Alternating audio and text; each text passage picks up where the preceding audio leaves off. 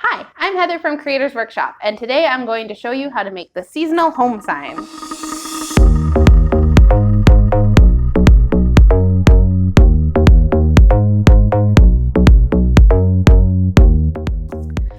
Okay, so the first thing I'm going to go over with you is color mixing. So I'm just going to try and make a nice purple here with the red and the blue. It's a little bit too red for me, so I'm just going to add in some more blue.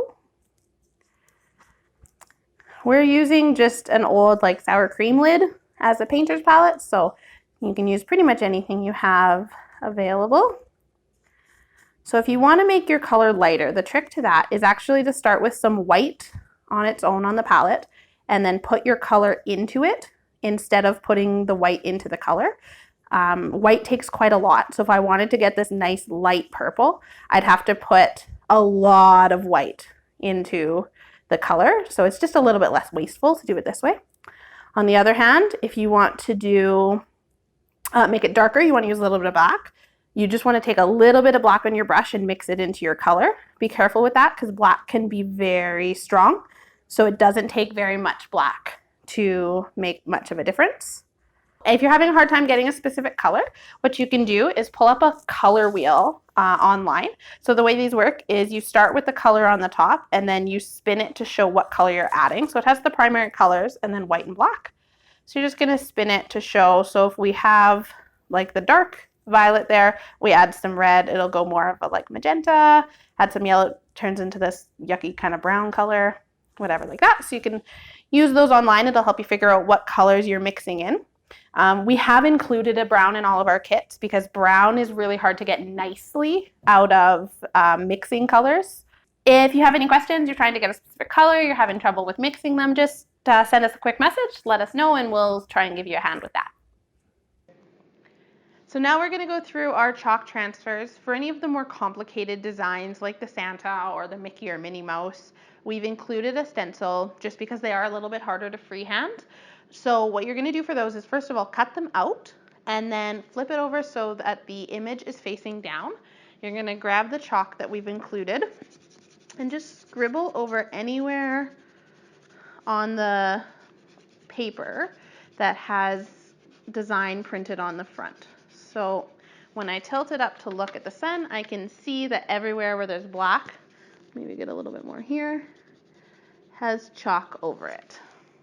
So before you put this onto your design, the Santa head in this case, you want to make sure that this is painted.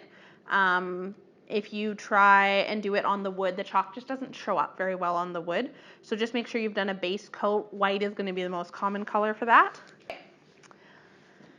So then you're going to put your stencil right on top of your design and grab a piece of tape.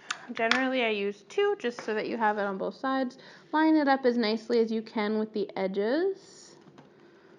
It doesn't have to be perfect the way you've cut it out. As long as you get a general idea, you get fairly close to the edges, that's good enough. So then you're going to just grab a pen and trace out along all of the black lines. You don't need to worry about tracing at the edges because that's just going to be the edge of your board. You don't have to push particularly hard, just like your normal writing pressure will be sufficient.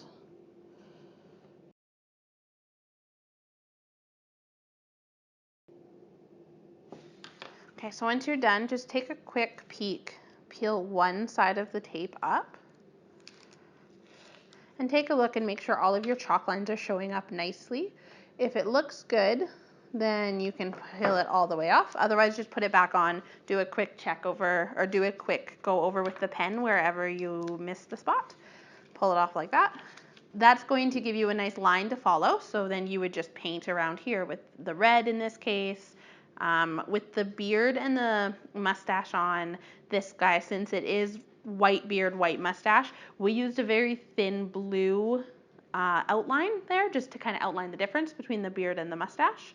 Once you have your piece painted, you can grab just a paintbrush, dampen it a little bit, and any of the chalk lines that are still showing up under your paint, you can just wipe them off with the paintbrush and they'll come right off so you won't see any chalk lines that you missed. So before you paint your letters, you just want to do a quick dry fit and make sure they fit nicely into the holes, because as you can see there, you can't fit them either way. There is a back and a front. So the H is the one that is kind of the hardest to identify that with.